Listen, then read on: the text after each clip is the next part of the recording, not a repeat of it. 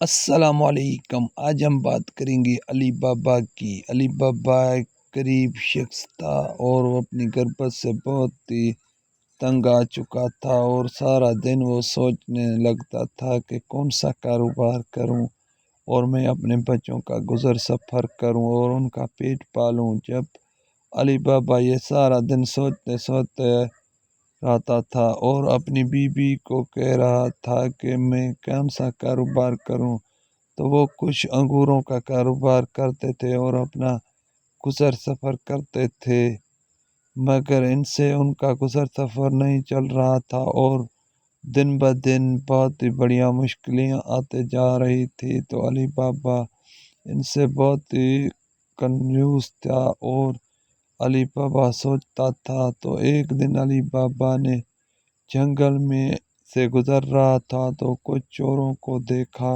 اور ان چوروں کو بہت ہی سونا اور زیادہ پیسے تھے۔ تو علی بابا چھپ کر ان کی باتیں سننے لگا اور یہ سوچنے لگا کہ ان کو کیا ہے گھوڑوں پر۔ جب علی بابا یہ سوچ رہا تھا تو ان کا سردار آگے آ کر گھوڑوں سے ایک دیوار کی طرف جانے لگے۔ جب علی بابا نے دیکھا کہ یہ کون سی طرف جا رہے ہیں، تو علی بابا نے ان کا پیچھا کیا اور علی بابا نے دیکھا کہ ایک بڑا پتھر ہے جس کو ان کا سردار کہہ رہا ہے کہ ایک کھل جا سم سم، تو وہ پتھر ہٹ جاتا ہے۔ اور علی بابا نے دیکھا کہ یہ کون سی جگہ ہے جس سے ڈاکو اندر جا رہے ہیں۔ جب ڈاکو نے سونا چاندی اندر چھوڑ کر باہر نکلے تو علی بابا اسی راستے سے اندر گئے اور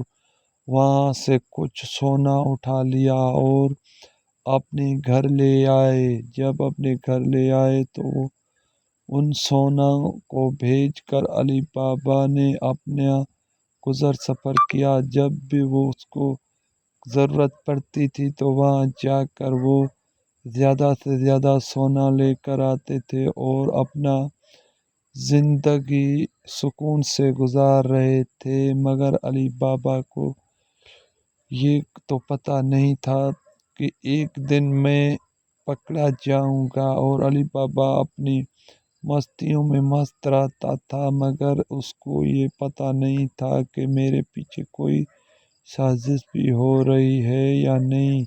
علی بابا ایک دن اپنے سونے سے کھیل رہا تھا تو کافی دیر تک کھیلتا رہا اور